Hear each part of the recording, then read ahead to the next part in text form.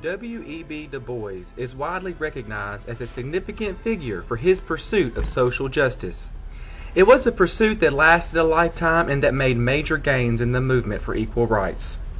Du Bois wrote extensively and was the best-known spokesperson for African American rights during the first half of the 20th century.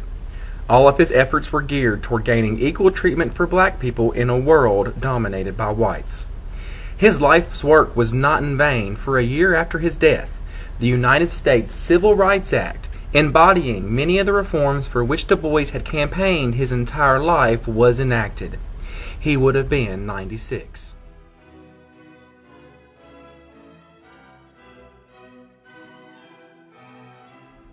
The road to such a prolific event and other achievements by Du Bois began on February 23, 1868.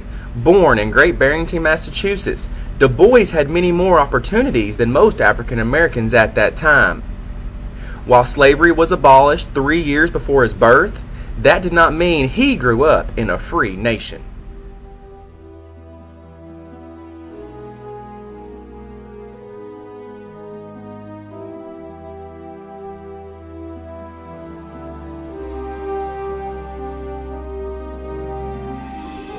Luckily, Du Bois was not exposed to the Jim Crow laws until his post-secondary education. As a youth in Massachusetts, he freely attended school with whites and was enthusiastically supported in his academic studies by his white teachers. In 1884, Du Bois graduated as valedictorian from high school, an achievement not easy for any person, especially an African American in the post-Civil War era of the late 19th century. After high school, Du Bois sought to further his education, and he did so in the heart of a culture that was quite unique to that of his upbringing. In 1885, he moved to Nashville, Tennessee, to attend Fisk University. Du Bois spent his summers teaching in African American schools in Nashville's rural areas. It was there that he first encountered Jim Crow laws. For the first time, he began analyzing the deep troubles of American racism. A spark in his desire for change was lit and growing increasingly stronger.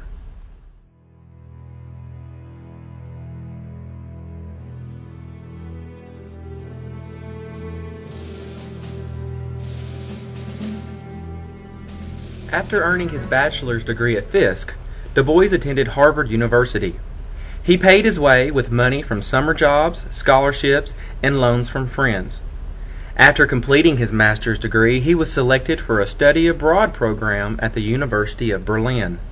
While in Germany, he studied with some of the most famous social scientists of his day and was exposed to political perspectives that guided his life's efforts in social justice. After the study abroad program in 1895, Du Bois became the first African American to earn a doctorate from Harvard University.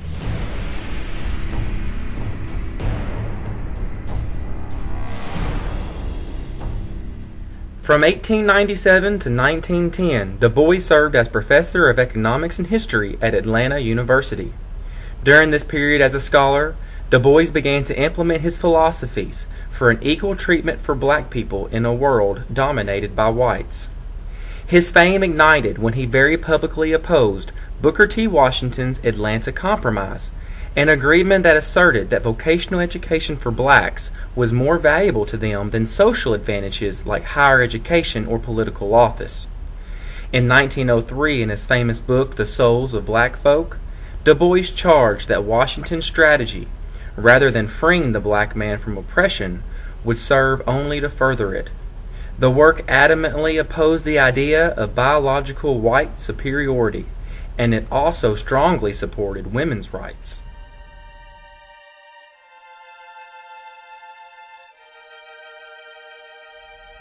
Du Bois played a prominent part in the creation of the NAACP in 1909 and became the association's director of research and editor of its magazine, The Crisis.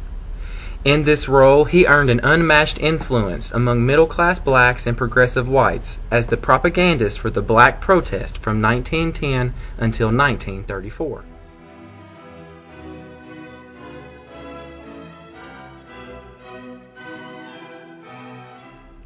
Du Bois's efforts were not limited to the issues here at home.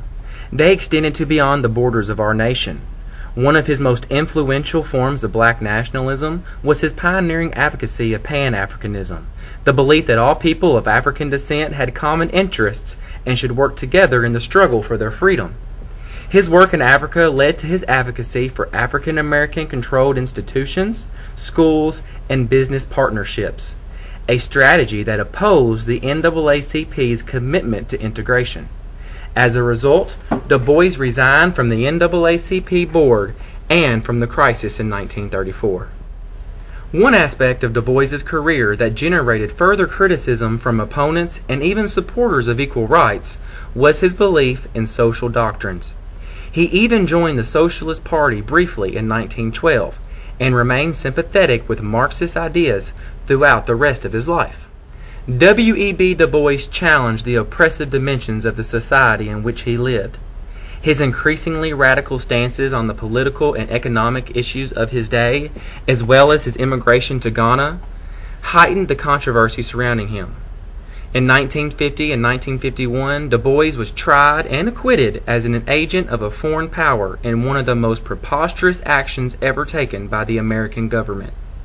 Afterward, Du Bois traveled widely throughout Russia and China in 1958 and 59, and in 1961 he joined the Communist Party of the United States.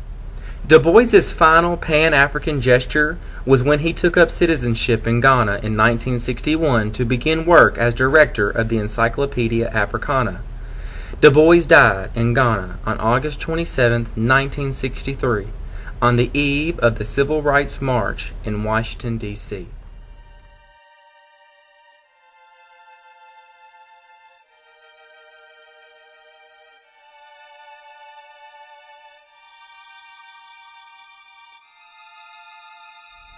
W.E.B. Du Bois was the outstanding African-American intellectual of his period in America. He made tremendous gains in the civil rights movement, which paved the way for famous activists like Martin Luther King Jr. The progress Du Bois made came with struggles, but despite his struggles, he never lost sight in the inevitable progress of the human race, that out of individual struggles, a broader and fuller human life would emerge that would benefit all of mankind. Du Bois's last statement to the world was one of hope and confidence in the ability of human beings to shape their own destinies. "One thing alone I charge you," he wrote.